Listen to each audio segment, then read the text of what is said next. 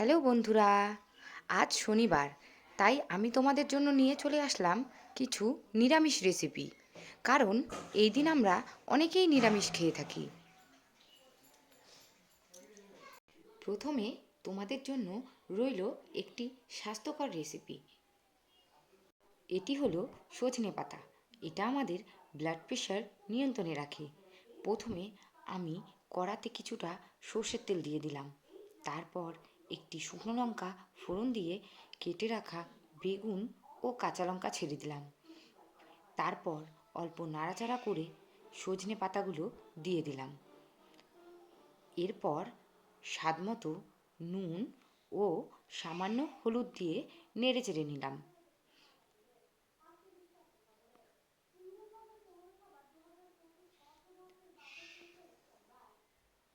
তারপর অল্প জল দিয়ে ঢাকা দিয়ে দিলাম ও গ্যাসের ফ্লেম লো করে দিলাম।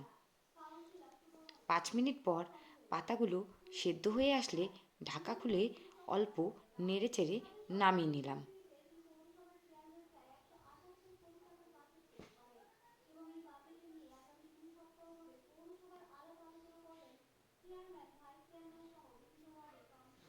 এরপর করছি পনির দিয়ে ভেজ মুগ ডাল। প্রথমে আমি কিছুটা মুগ ডাল কড়াতে লো ফ্লেমে টেলে নিলাম।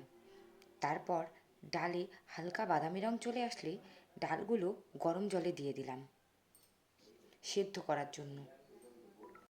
তারপর কড়াতে সামান্য ঘি দিয়ে পনিরগুলো দিয়ে দিলাম। তারপর স্বাদমতো নুন, চিনি ও হলুদ দিয়ে পনিরটা ভালো করে নাড়াচাড়া করে যখন পনিরে হালকা বাদামি রং চলে আসলো তখন পনিরগুলো তুলে নিলাম। তারপর একে একে ফুলকপি, গাজর, বিনসগুলো দিয়ে অল্প ভেজে তাতে ক্যাপসিকাম আর কড়াইশুঁটি দিয়ে দিলাম। সবজিগুলো অল্প ভাজা ভাজা করে তুলে নিলাম।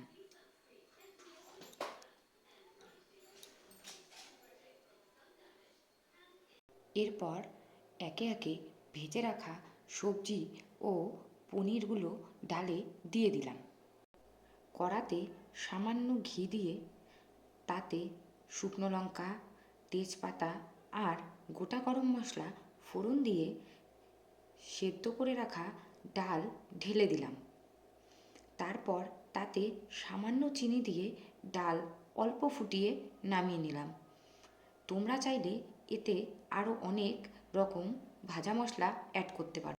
আমার এরপরের রেসিপি হলো ছোটো আলু দিয়ে এঁচোড়ের ডালনা।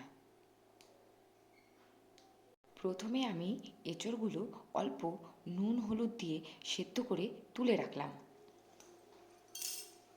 এরপর আমি শিলনোড়ায় আদা, জিরে, লঙ্কা ও টমেটো বেটে নিলাম। আপনারা চাইলে গুঁড়ো মশলাও দিতে পারেন।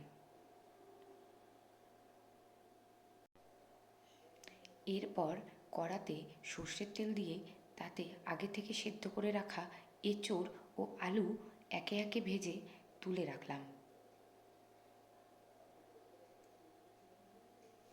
তারপর সর্ষের তেলে শুকনো লঙ্কা, তেজপাতা ও গোটা জিরে ফোড়ন দিয়ে আগে থেকে তৈরি করে রাখা মশলা দিয়ে তাতে স্বাদ মতো নুন ও হলুদ দিয়ে হালকা কষিয়ে নিলাম।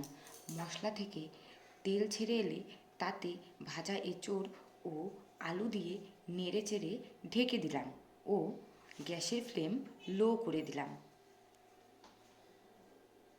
এঁচোড় সেদ্ধ হয়ে এলে ঢাকা খুলে অল্প নেড়েচেড়ে তাতে পরিমাণ মতো উষ্ণ গরম জল দিয়ে দিলাম।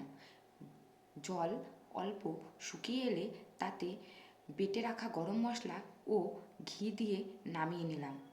তো বন্ধুরা, আজকের ভিডিওটি তোমাদের কেমন লাগলো অবশ্যই কমেন্ট করে জানিও এবং ভিডিওটিতে একটি লাইক করে দিও এবং আমাদের চ্যানেলটিকে সাবস্ক্রাইব করে আমাদের সাপোর্ট করো।